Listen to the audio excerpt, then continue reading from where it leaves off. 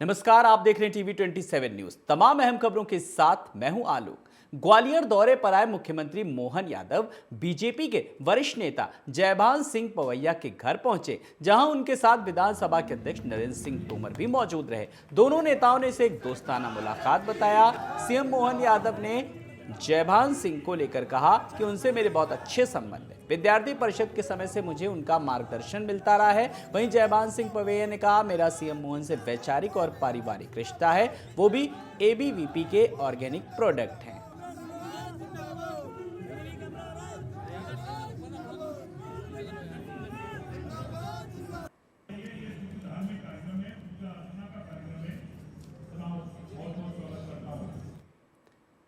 राजधानी भोपाल के साकेत खेल युवा कल्याण समिति साकेत नगर स्पोर्ट क्लब ने एक दिवसीय डायरेक्ट वॉलीबॉल प्रतियोगिता का आयोजन किया गया, जिसमें महिला सशक्तिकरण को बढ़ावा देते हुए 4 महिला टीमों ने भाग लिया। प्रतियोगिता में कुल 15 टीमों ने भाग लिया, जिसमें 11 टीमें पुरुषों की जबकि 4 टीमें महिलाओं की थीं। प्रतियोगिता में शक्ति नगर महिला खिलाड़ियों की टीम ने फाइनल मुकाबला जीता। इस टीम में 5 अंतर्राष्ट्रीय खिलाड़ियों ने भी हिस्सा लिया, तो वहीं पुरुष खिलाड़ियों में महाराणा प्रताप टीम ने फाइनल मुकाबला जीता। साकेत खेल युवा कल्याण एसोसिएशन के अध्यक्ष डॉक्टर LN मालविया ने बताया कि खेलों को बढ़ावा देने के लिए इस तरह की प्रतियोगिता प्रदेश में होती रहना चाहिए। इससे युवाओं को आगे बढ़ने का एक अच्छा मौका मिलता है।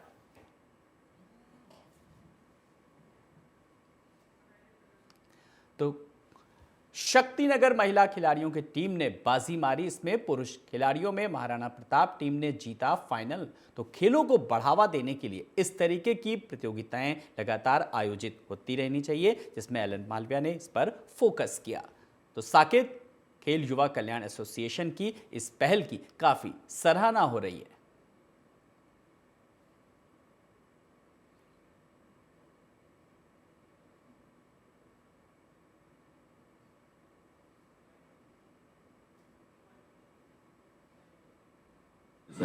की तरफ से 1 लाख सेक्रेटरी हेमा छतवानी जी और उपस्थित पदाधिकारी, खिलाड़ी, गर्ल्स, बॉयज, आप सबका स्वागत, वंदन, अभिनंदन। इतना अच्छा आयोजन जिला स्तर का यहाँ पे हुआ साकेत नगर में, जिसमें साकेत नगर, शक्ति नगर, महाराणा प्रताप, अलग अलग प्रकार की कई टीमों ने हिस्सा लिया और बहुत ही उत्कृष्ट खेल का आयोजन किया, जिसमें प्रथम पुरस्कार, द्वितीय पुरस्कार, तृतीय, चतुर्थ, सभी प्रकार के पुरस्कार अच्छे खेलने वाले खिलाड़ियों को अलग से ट्रॉफी, मेडल दिए गए। ये पुरस्कार खेल की भावना को बढ़ावा देते हैं। पुरस्कार एक निमित्त है जो आपको आगे ले जाता है कि अगली बार मुझे भी एक सर्टिफिकेट मिलेगा, मैं भी अच्छा प्रदर्शन करूंगा तो अगली बार मुझे भी एक ट्रॉफी मिलेगी, हमारी टीम को भी कुछ मिलेगा। इससे हार जीत का कोई लेना देना नहीं होता है, क्योंकि हार और जीत तो खेल का नियम है, लगी रहती है। आप लोग सब आगे बढ़े, बहुत अच्छे से खेलें, जिले से प्रदेश लेवल पर जाए, प्रदेश से राष्ट्रीय लेवल पर जाएं और हमारे साकेत नगर का, शक्ति नगर का, भोपाल का, फिर मध्य प्रदेश का, फिर भारत का नाम रोशन करते हुए इंटरनेशनल टूर्नामेंट में भी जाएं। यही मेरी शुभकामनाएं हैं और हेमा जी का मैं हृदय से आभार व्यक्त करता हूं कि उन्होंने ये आयोजन कराया और ऐसे कई आयोजन एक साल में 15 से 20 आयोजन तो मुझे याद है कि वो कहीं ना कहीं कराती रहती है अपनी टीमों को लेके, कहीं रतलाम तो कहीं इंदौर तो कहीं हैदराबाद, कहाँ खेलने के लिए टीमों को लेके जाती है। ये उनके हौसले की मैं दाद देता हूँ, उनके लिए एक बार जोरदार तालियां बजाइए कि एक महिला होकर बच्चियों को आगे बढ़ाना। और मुझे इस खेल से जोड़ने में मुनि का योगदान है। जब वो मेरे पास आई और मुझे जोड़ा तो मैं काफी उत्सुक था कि मेरे को तो इस खेल का ज्यादा आइडिया था नहीं, फिर भी जुड़ा और आगे काम किया इसके लिए और आगे भी हम करते रहेंगे। मुझसे जो सहयोग होगा मैं हमेशा खड़ा हूँ, खिलाड़ियों के लिए भी और संस्था के लिए भी। खिलाड़ियों में अगर कोई गरीब हो, कोई फीस की, कहीं कोई किसी प्रकार की आवश्यकता हो तो मैं उसके लिए तत्पर खड़ा हूँ हमेशा। आप लोग कभी भी संपर्क कर सकते हैं, शर्त है कि वो उसको वास्तविकता में आवश्यकता हो। मैं उसकी मदद करूंगा। अप्रैल में जो हमारे डायरेक्ट वॉलीबॉल के उपाध्यक्ष थे गुड्डा जी, वो ईश्वर में सदगति को प्राप्त हो गए हैं। उन्हीं की याद में अप्रैल 2024 में एक राज्य स्तरीय टूर्नामेंट का आयोजन वॉलीबॉल एसोसिएशन द्वारा किया जाएगा, जिसके ग्राउंड को लेकर शक्ति नगर, साकेत नगर या जहां पर भी अच्छा ग्राउंड और खाली उस समय के तारीखों को देखते हुए होगा, वहां पर इसका आयोजन होगा। तो उसके लिए आप छतवानी मैडम से संपर्क कर सकते हैं। सभी को बहुत बहुत शुभकामनाएं, बहुत बहुत धन्यवाद। एक दिवसीय वॉलीबॉल का आयोजन किया, कितनी टीमों ने भाग लिया इसमें? इसमें लगभग 7-8 टीमें थी, लोकल अपनी और गर्ल्स की 4 टीमें थी। और हम लोग ना नेशनल लेवल, इंटरनेशनल लेवल पे खेले हैं। इस ग्राउंड के 5 बच्चे हैं जो इंटरनेशनल लेवल पे खेले हुए हैं और इसकी एसोसिएशन लगभग नेशनल लेवल पे रजिस्टर्ड हो चुकी है। और आगे भी हमारा प्रयास है कि इंटरनेशनल वर्ल्ड कप कराने का, अगर मालवीय सर का सहयोग रहेगा तो वर्ल्ड कप की इच्छा है कराने की। और हम लोग शायद सर बोलेंगे तो बिल्कुल करेंगे और सर का बहुत सहयोग रहा है।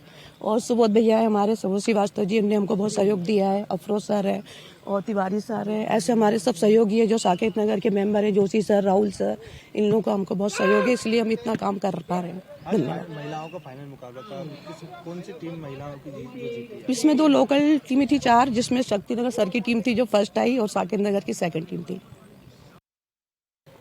सर, डायरेक्ट वॉलीबॉल का आयोजन किया गया, महिलाओं ने बढ़ चढ़ कर हिस्सा लिया, तो महिला फाइनल में जीती। जी, direct volleyball association Madhya Pradesh के अंतर्गत यहाँ पर वॉलीबॉल का डिस्ट्रिक्ट लेवल का खेल का आयोजन किया गया था, एक दिवसीय, जिसमें महिलाओं का और पुरुष वर्ग दोनों का था। महिलाओं में बच्चियों ने मैच जीता है, फाइनल राउंड जीता है अभी। और ये आयोजन हमारी एसोसिएशन की सेक्रेटरी हेमा छतवानी जी द्वारा किया गया है, जिसमें कि मैं इस वॉलीबॉल एसोसिएशन का स्टेट प्रेसिडेंट डॉक्टर मालवीय हूँ। कहीं ना कहीं थोड़ा बहुत सहयोग समाज में हम लोग करते रहते हैं और इस प्रकार के खेलों को बढ़ावा देने के लिए हमेशा अग्रसर रहते हैं। हेमा छतवानी जी लगातार जिला, प्रदेश और राष्ट्रीय स्तर के इस प्रकार के आयोजनों में हमेशा बढ़ चढ़कर आगे रहती है और कई प्रकार के आयोजन वॉलीबॉल के उन्होंने कराए हैं और भोपाल और मध्य प्रदेश को राष्ट्रीय स्तर पर पहचान दी है। आगे भी इस तरह के आयोजन होते रहेंगे, यही शुभकामनाएं। प्रधानमंत्री नरेंद्र मोदी ने गाजीपुर जिले को एक बड़ी सौगात दी। रविवार को नई मेमू सवारी गाड़ी का परिचालन नए रूल रेट पर पहली बार शुरू हो गया। वहीं सवारियों से भरी 8 वैगन वाली ये मेमू, जो दुल्हन की तरह रंग बिरंगे फूलों से सजी थी, सिटी स्टेशन से दोपहर 12:30 बजे के करीब नवनिर्मित तारीघाट रेलवे स्टेशन पर पहुंची। इस मौके पर सुरक्षा के व्यापक बंदोबस्त किए गए थे। वहीं एसडीएम जमानिया अभिषेक कुमार, तहसीलदार देवेंद्र यादव, आरपीएफ इंस्पेक्टर बाल गंगाधर, स्थानीय थाना पुलिस में भारी पुलिस व पुरुष आरक्षियों संग सुबह से ही लोग मौजूद रहे।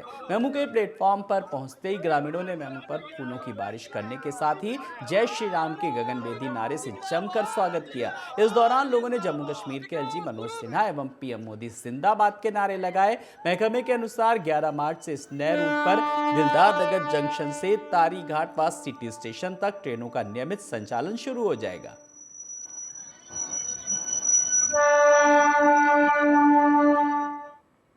बेमेतरा के मंडी प्रांगण में महतारी वंदन सम्मेलन का आयोजन हुआ। कार्यक्रम में मुख्य अतिथि के रूप में कैबिनेट मंत्री दयाल दास बघेल रहे, जहां उनके मौजूदगी में देश के प्रधानमंत्री नरेंद्र मोदी ने वर्चुअल माध्यम से जिले के 2.54 लाख हितग्राहियों को महतारी योजना का लाभ दिया और उनके खाते में करोड़ों रुपए से ज्यादा की राशि आवंटित की। वहीं हितग्राहियों को संबोधित करते हुए उन्होंने मोदी की गारंटी पूरी होने पर उन्हें बधाई और शुभकामनाएं दी। महतारी वंदन योजना के कार्यक्रम पूरा छत्तीसगढ़ में प्रत्येक जिला स्तर में भव्य रूप से मनाया जा रहा है। खास करके हमारे देश के यशस्वी लोकप्रिय प्रधानमंत्री नरेंद्र मोदी जी का उद्बोधन और 1000 रुपये हमारी माता बहनों के खाते में बटन दबाकर जारी किया गया है। ये हम सब के लिए बहुत बड़े सौभाग्य और खुशी की बात है यहाँ पर भी बेमेतरा जिला स्तर के कार्यक्रम में उपस्थित होने का सौभाग्य प्राप्त हुआ और हम सब मोदी जी का उद्बोधन भी सुने। हकीकत में मोदी जी का गारंटी है और हमारे विष्णुदेव साय जी का सरकार है। जो हमने चुनाव में घोषणाएं वादे किए थे, एक एक करके पूरा घोषणा हम पूरा करने जा रहे हैं।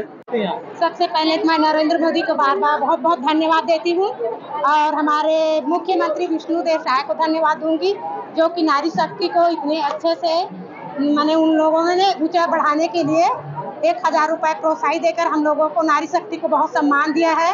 हम अपने घर में उस 1000 पैसे को अपने परिवार चलाने के लिए उसमें खर्चा करेंगे और हम लोग अपने नारी शक्ति को सशक्त बनाने के लिए, मजबूत बनाने के हमारे प्रदेश को बहुत।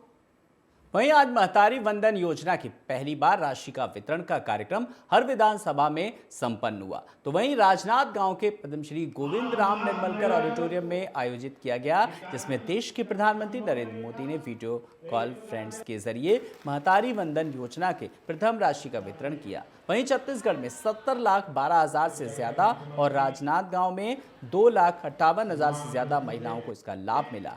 आपको बता दें कि 1000 खाते में आने से महिलाओं के चेहरे पर भी खुशी नजर आई। महतारी वंदन योजना का महिलाओं को लाभ मिला जैसा कि आप सबको पता ही है कि महतारी वंदन योजना अभी 1 मार्च 2024 से लागू हुई है, जिसके तहत हमारे जिले की 2,58,000 महिलाएं हैं, 2,58,600 जिनको इसका लाभ मिला है और आज सभी के खाते में 1000 रुपये आ गए हैं। माननीय प्रधानमंत्री जी द्वारा वर्चुअल कार्यक्रम के तहत ये इस राशि को अंतरित किया गया है और इसका जो योजना के तहत आयोजन है वो हमारे शहर में राजनांदगांव ब्लॉक में, छुरिया ब्लॉक में, डोंगरगढ़ और डोंगरगांव सभी ब्लॉक्स में इसके कार्यक्रम आयोजित करते हुए, जैसा कि विधानसभा चुनाव में भारतीय जनता पार्टी मोदी की गारंटी को लेके गई थी, तो 25 दिसंबर को किसानों का किस्त जारी किया जा चुका है, 2 साल का बोनस, और आज यहाँ पे महतारी वंदन योजना का राशि उनके खाते में जारी किया जा रहा है। 70 लाख से अधिक महिलाओं के खाते में एक किस्त जारी हो रही है और इसी प्रकार से 12 तारीख को किसानों को उनके अंतर की राशि 970 रुपये प्रति एकड़, ये राशि जो है जारी कर दी जाएगी प्रति क्विंटल। कांकेर कृषि विभाग ने राष्ट्रीय खाद्य सुरक्षा मिशन पोषक अनाज के अंतर्गत कार्यशाला का आयोजन किया। कार्यक्रम में मुख्य अतिथि के रूप में सांसद मोहन मांडवी, विधायक आशाराम नेताम शामिल हुए। इस दौरान राष्ट्रीय खाद्य सुरक्षा मिशन के तहत दलहन पर क्लस्टर फ्रंट लाइन प्रदर्शन का कार्यशाला सह प्रशिक्षण आयोजित किया गया। कृषि विभाग के अधिकारी ने बताया कि किसानों को पोषक अनाज के उत्पादन के साथ ही किसानों के लिए प्रदर्शनी का आयोजन किया गया, जिसका पोषक अनाजों से बने हुए कई उत्पादों का प्रदर्शन किया गया। कार्यशाला एक दिवसीय हुआ जो न्यू कम्युनिटी हॉल में, ये राष्ट्रीय खाद्यान्न मिशन पर फोकस था। इस कार्यक्रम का मेन उद्देश्य है पोषक अनाज। पोषक अनाज से हमें क्या फायदा है, इसके बारे में किसानों को जागरूकता लाने के लिए, और साथ ही अधिक से अधिक इस अनाज का, जैसे पोषक अनाज है जिसमें हम लोग कहते हैं लघु धान्य, जो मिलेट मिशन है, मिलेट क्रॉप, इनको अधिक से अधिक बढ़ावा देने के लिए इस कार्यक्रम का आयोजन किया। और आज कृषि विभाग के द्वारा राष्ट्रीय खाद्यान्न सुरक्षा मिशन पोषक अनाज के अंतर्गत कार्यशाला का आयोजन किया गया है, जिसके माध्यम से किसानों को पोषक अनाजों के उत्पादन, उपयोग, प्रसंस्करण को बढ़ावा देने के प्रयास के लिए जागरूक किया गया है। इसके साथ ही किसानों के लिए प्रदर्शनी का भी आयोजन किया गया है, जिसमें पोषक अनाजों से बने हुए विभिन्न उत्पादों का प्रदर्शन किया गया है। राजनांदगांव से कांग्रेस के लोकसभा प्रत्याशी और पूर्व सीएम भूपेश बघेल ने प्रेस कॉन्फ्रेंस की और बीजेपी पर जमकर निशाना साधा। बघेल ने बीजेपी के वादों को झूठा बताते हुए कहा, यह पार्टी जनता को सिर्फ तारीख पर तारीख देने का काम करती है। बीजेपी चुनाव तक ही जनता को लाभ देगी और चुनाव के बाद सब बंद कर देगी। इसके साथ ही भूपेश बघेल ने राजनांदगांव लोकसभा जीतने का दावा भी किया। उत्तर प्रदेश की राजधानी लखनऊ में आज फिर एक नया अध्याय रचा गया। सनातन साम्राज्य के पुनर्स्थापन की बागडोर मातृशक्ति ने अपने हाथों में लेते हुए रिकॉर्ड टूट कराया। बता दें आपको कि लखनऊ में आज 5100 से ज्यादा महिलाओं ने एक साथ एक जगह पर एकत्र होकर सुंदर कांड पाठ करके विश्व रिकॉर्ड बनाया। इस दौरान सनातनी वस्त्रों में सजी धजी मातृशक्ति के उत्साह का दृश्य देखते ही बन रहा था। इस अवसर पर हमारे संवाददाता ने आयोजन की प्रधान सनातनी सपना गोयल और आचार्य अशोक तिवारी से बात की।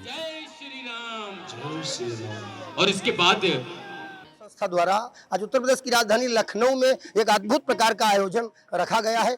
आयोजन है 5100 से अधिक महिलाओं द्वारा एक साथ सुंदरकांड पाठ किए जाने का। अभी हमने आपको दृश्य में दिखाया कि किस प्रकार से सनातन संस्कृति के वस्त्रों में सुसज्जित हमारी जो मातृशक्ति है वो यहाँ पर मौजूद है। और हम बात करेंगे आचार्य तिवारी जी से। आचार्य जी, आप अपना परिचय देना चाहें? आचार्य अशोक तिवारी। आचार्य जी, ये जो आयोजन है इसके पीछे क्या उद्देश्य हो सकता है?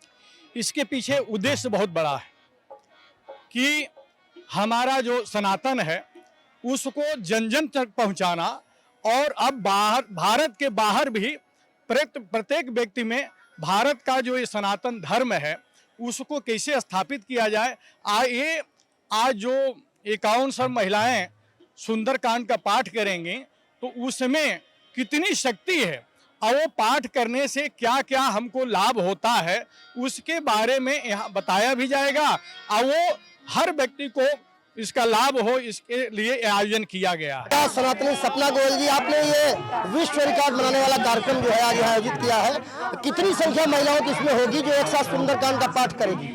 आप पूरा पंडाल देख ही रहे हैं और यहाँ से 5 से 10 हजार महिलाओं का आगमन था। सेवा मात्र उद्देश्य है या इसका कुछ राजनीतिक उद्देश्य भी है? सपना जी, आध्यात्मिक शक्तियाँ सबसे सर्वोच्च है, राजनीति उससे बड़ी नहीं हो सकती।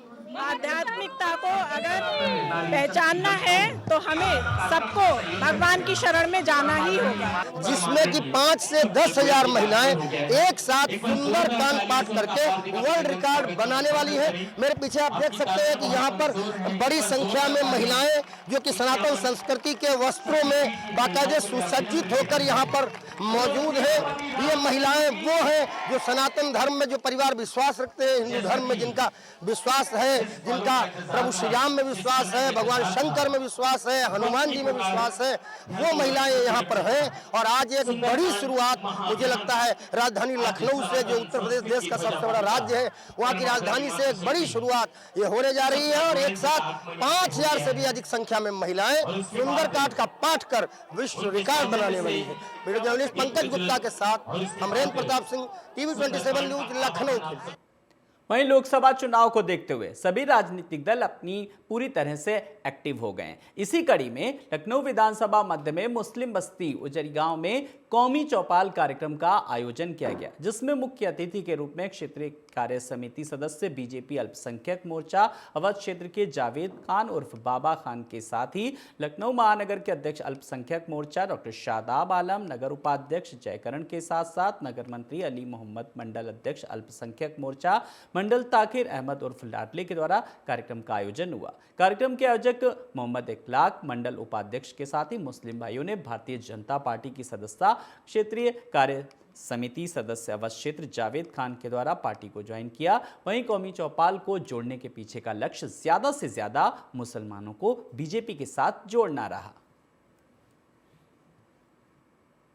वहीं लखनऊ में कायस्थ समाज द्वारा आयोजित कार्यक्रम में रक्षा मंत्री राजनाथ सिंह शामिल हुए। कार्यक्रम को संबोधित करते हुए उन्होंने कहा, मैं लखनऊ के विकास से पूरी तरह से संतुष्ट नहीं हूं। आज भी 9 फ्लाईओवर ऐसे हैं जिन पर काम होना बाकी है। यहां के पार्कों को योगा और व्यायाम करने लायक बनाना चाहिए। उन्होंने आगे कहा कि जिस पद पर मैं हूं, शायद यहां रहते मुझे ये नहीं सोचना चाहिए, लेकिन देश की प्रगति के लिहाज से ये छोटी बात नहीं है।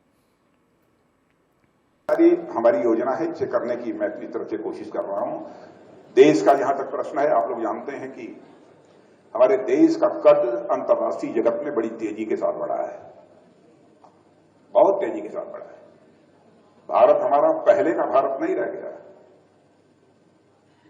आप में से बहुत सारे लोग विदेशों में, आपके परिवार के लोग भी रहते होंगे, आप भी विदेशों में गए होंगे, वहां भी पहले की स्थिति और आज की स्थिति में आपने देखा होगा कि जमीन आसमान का अंतर आ गया है।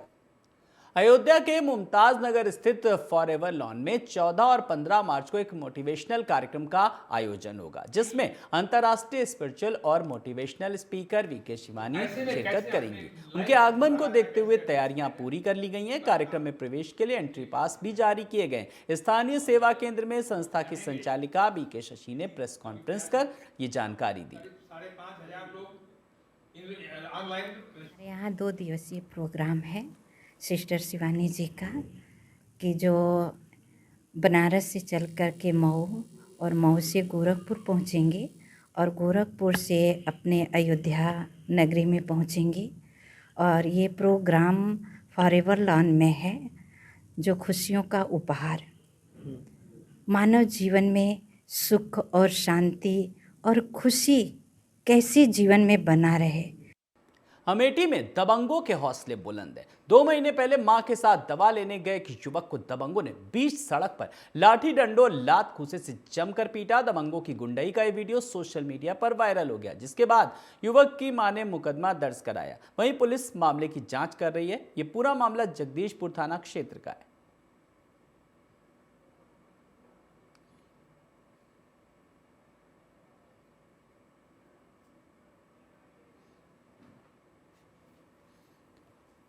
और अगली खबर झांसी के रक्सा थाना क्षेत्र के डुंगरी गांव से जुड़ी हुई, जहां से एक युवक को गांव के कुछ लोग मारते हुए नजर आ रहे, वहीं जिसकी घटना सीसीटीवी में कैद हो गई। जिसके बाद घटना का video social media platform x पर वायरल किया गया, जिसके बाद झांसी पुलिस ने मामले को संज्ञान में लेकर पीड़ित की तहरीर पर मामला दर्ज कर कानूनी कार्रवाई शुरू कर दी। एक्स प्लेटफॉर्म पर थाना रक्सा के डोंगरी गांव का एक वीडियो संज्ञान में आया है, जिसमें कुछ लोग एक व्यक्ति के साथ मारपीट करते हुए दिखाई पड़ रहे हैं। ये घटना 2 दिन पहले की है, 8 मार्च 2024 की घटना है। इस घटना पे तत्काल कार्रवाई करते हुए वादी की तहरीर पर थाना रक्सा पर सुसंगत धाराओं में अभियोग पंजीकृत कर लिया गया है और 3 नामजद व्यक्तियों के विरुद्ध आवश्यक वैधानिक कार्यवाही की जा रही है। शांति व्यवस्था की स्थिति सामान्य है। वहीं झांसी के टहरौली क्षेत्र में एक किसान ने बबूल के पेड़ पर लटक कर आत्महत्या कर ली। मृतक किसान सुबह घर से खेत पर फसल की कटाई करने के लिए निकला था। किसान की मौत के बाद परिजनों का रो रो कर बुरा हाल है। वहीं मौके पर पहुंचे तहसीलदार ज्ञान प्रकाश ने मृतक के परिवार को प्रशासन से हर संभव मदद दिलाने का भरोसा दिया। पुलिस ने शव को कब्जे में लेकर पोस्टमार्टम के लिए भेज दिया और इस पूरे मामले की फिलहाल पड़ताल में जुटी है। वहीं ऋषिकेश के परमार्थ निकेतन आश्रम में 8 मार्च से 14 मार्च तक चलने वाले योग महाउत्सव में आज सूफी गायक कैलाश खेर ने समा बांध दिया। इस दौरान कई साधु संत भी मौजूद रहे। तो 8 से 14 मार्च तक चलेगा सूफी गायक कैलाश खेर ने बांधा समा।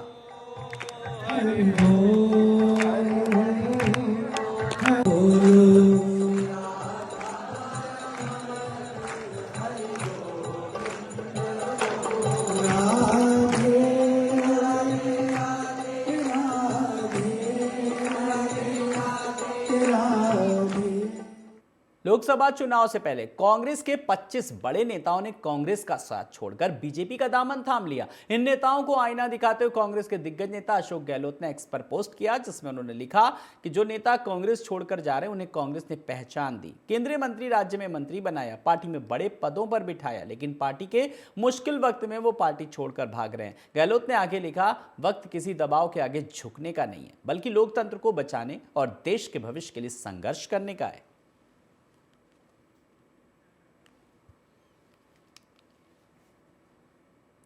लोकसभा में कांग्रेस के नेता अधीर रंजन चौधरी ने कहा कि अगर टीएमसी यूसुफ पठान को सम्मान देना चाहती है तो उन्हें बाहरी लोगों को भेजने के बजाय उन्हें राज्यसभा भेजना चाहिए था। अगर ममता बनर्जी के इरादे अच्छे होते तो यूसुफ पठान के लिए उन्हें भारत गठबंधन से 1 सीट मांग ली होती। उन्होंने कहा, पश्चिम बंगाल में ममता बनर्जी ने आम आदमी का ध्रुवीकरण करने और भाजपा की मदद करने के लिए एक ऐसे उम्मीदवार के रूप में यूसुफ पठान को चुना है ताकि कांग्रेस को हराया जा सकता है। ममता बनर्जी ने आज साबित कर दिया कि भारत की किसी भी राजनीतिक पार्टी को उनके जैसे नेता पर भरोसा नहीं करना चाहिए। ममता बनर्जी को डर है कि अगर मैं इंडिया गठबंधन में बनी रही तो पीएम मोदी नाखुश हो जाएंगे। उन्होंने खुद को इंडिया गठबंधन से अलग करके पीएमओ को संदेश दिया है, मुझसे नाखुश मत होइए, मैं बीजेपी के खिलाफ लड़ने के लिए खड़ी नहीं हुई हूं। लेकिन अच्छा होता कि यूसुफ पठान को अगर सम्मानित किए जाते सही ढंग से। कुछ दिन पहले बंगाल में राज्यसभा की चुनाव हुई थी, बाहर के लोगों को राज्यसभा की एमपी बनाए गए। अगर यूसुफ पठान को सम्मानित करना चाहिए था, उनको कुछ पद देकर नवाजा किया जाए, ये अगर सोच रही होती तो यूसुफ पठान को बंगाल के टीएमसी पार्टी राज्यसभा की मेंबर बना के उनको एमपी पद दिलवाती। या तो यूसुफ पठान के बारे में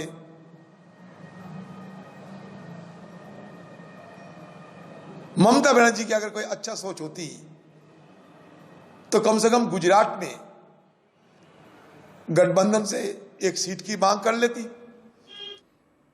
इन्हीं खबरों के साथ इस बुलेटिन में इतना ही। बने रहिए टीवी 27 न्यूज के साथ। नमस्कार।